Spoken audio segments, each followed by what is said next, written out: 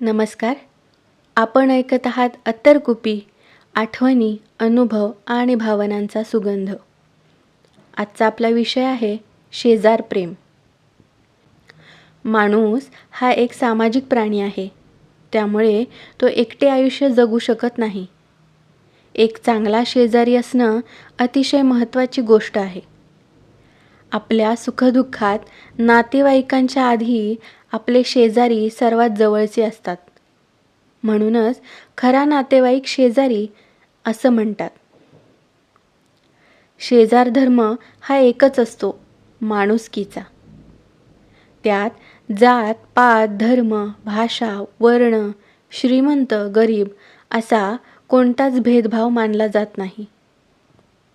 आपल्या आनंदात मनापासून आनंदाने सहभागी होणारे आणि दुःख प्रसंगी अथवा कोणत्याही समस्येच्या वेळी गरजेला धावून येणारे शेजारी यांचं नातं मला सगळ्यांपेक्षा निराळं भासतं.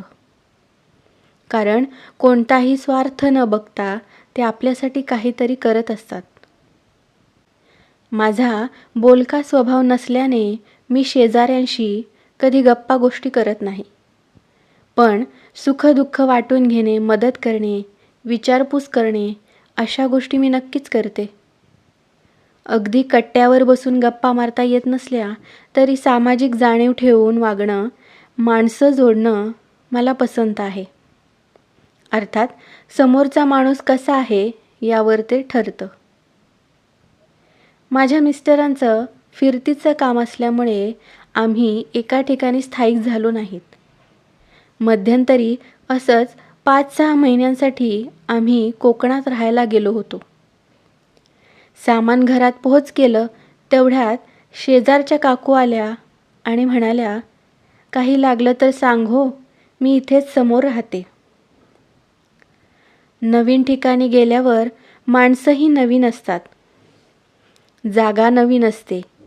अशा वेळी कोणीतरी आपलेपणाने विचारपूस करत असेल तर त्यांच्या स्वभावाचं मला कौतुक वाटतं. कोकणातली माणसं प्रेमळ असतात असं मी ऐकलं होतं आणि तसा प्रत्यक्ष अनुभवही मला आला. सुखदुःखाचं, आपण बनवलेल्या पदार्थांचं देवाणघेवाण, गावामधील दुकाने, दवाखाने, फिरण्याची ठिकाणे यांची माहिती देणं, सोसायटीमधील लोकांशी ओळख करून देणं, त्यांच्या सण समारंभात सहभागी करून घेणं, मुलीप्रमाणे माया करणं, या सगळ्या गोष्टी काका काकूंनी अतिशय आपलेपणाने केल्या. त्यांच्या असण्याने मला ती जागा, ते गाव, तिथली माणसं पटकन आपली वाटू लागली आणि त्यांचा मोठा आधार वाटू लागला. हक्काने आणि विश्वासाने आम्ही शेजारी एक कुटुंबाचा भाग कधी झालो समजलंच नाही. त्या काकूंचं मला कौतुक वाटतं. घरातली कामे आटोपून त्या त्यांचे छंद जोपासतात, त्यांची कला जोपासतात, कलेवर प्रेम करतात. आर्थिकदृष्ट्या काही ना काही कामे करत राहतात.